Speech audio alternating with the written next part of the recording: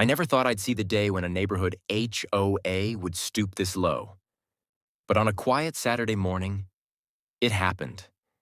The banging started first. Thump, thump, thump. At first, I thought it was just a delivery at the wrong door. But then came the voices. Open up. This is official business. I froze. My wife looked at me with raised eyebrows. We weren't expecting anyone, and we certainly weren't in trouble. But the banging grew louder, more aggressive, like they were trying to break the door down. When I finally peeked through the peephole, I almost laughed. It wasn't the police. It wasn't city officials. It was two men dressed in cheap uniforms, standing stiff like they had practiced in front of a mirror, and right behind them stood Karen, clipboard in hand, eyes blazing like she had just declared war. And that's when I saw it. A folded piece of paper stamped in red letters. Eviction notice. My stomach dropped, but not because it was real, because it was fake.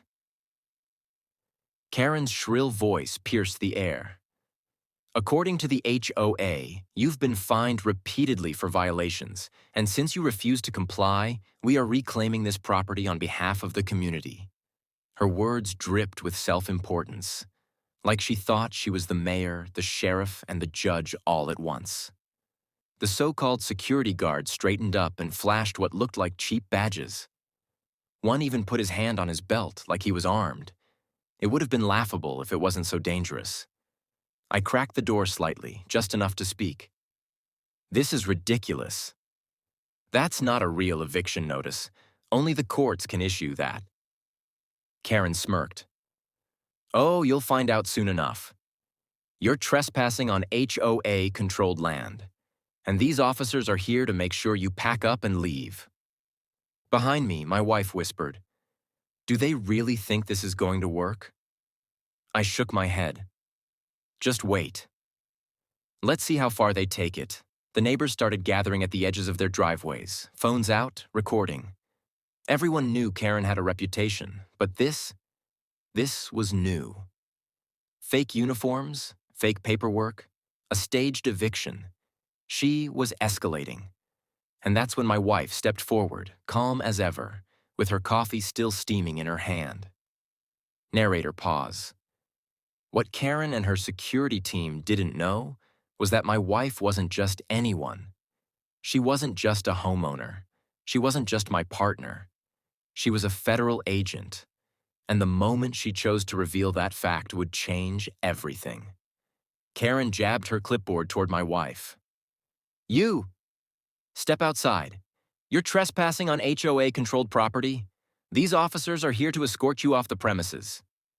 My wife tilted her head, completely calm. Officers, huh? Mind showing me your credentials? The first man reached into his pocket and flashed something shiny. At first glance, it looked like a badge. But even from the doorway, you could tell it was fake. The cheap tin reflected the sun too brightly, and the logo was nothing but a sticker.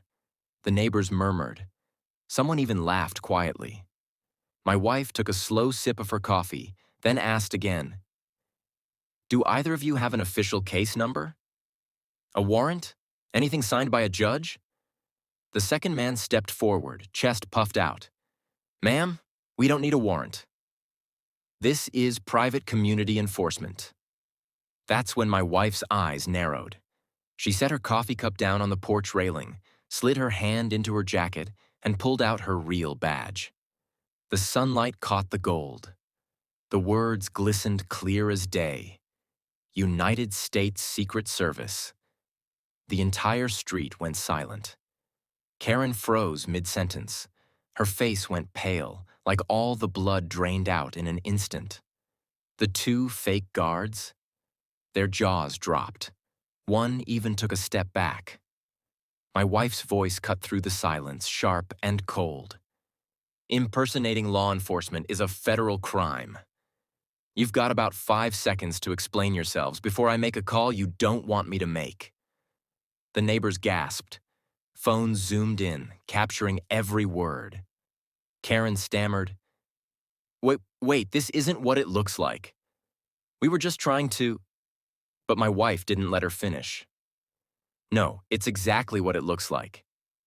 You conspired to stage an illegal eviction using fake documents and impersonators.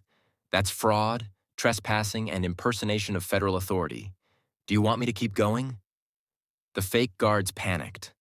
One muttered, "We're out of here," and started backing away. The other tried to hold his ground, but his hands were shaking.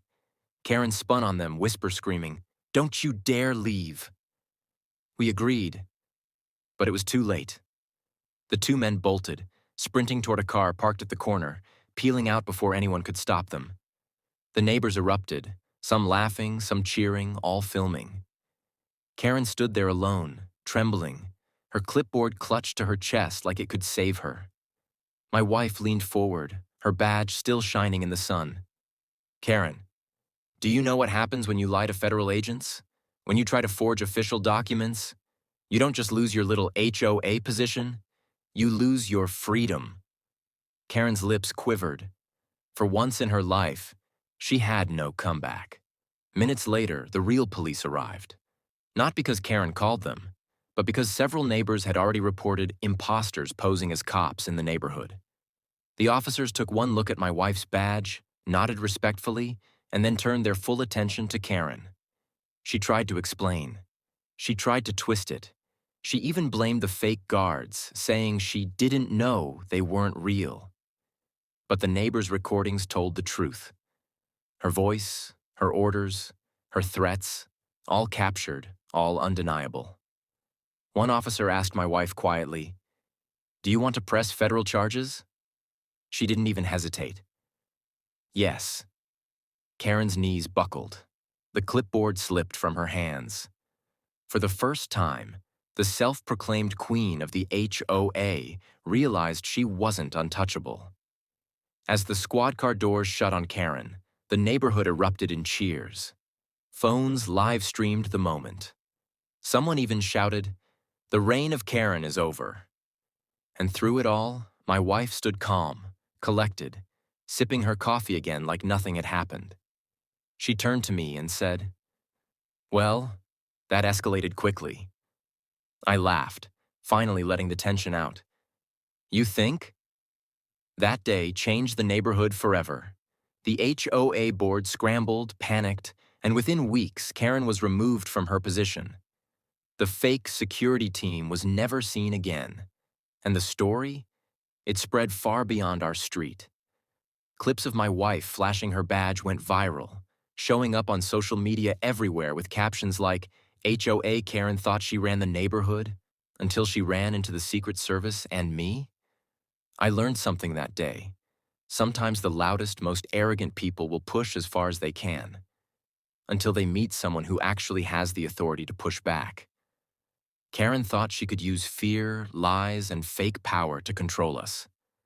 But in the end, the truth, and a federal badge, crushed her empire instantly.